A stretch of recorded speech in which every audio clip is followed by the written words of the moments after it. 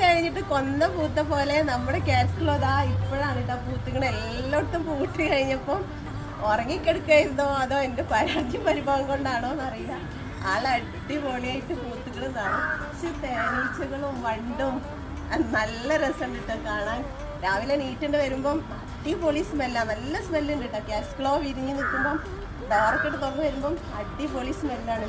എന്തായാലും ഞാൻ ഹാപ്പിയായി.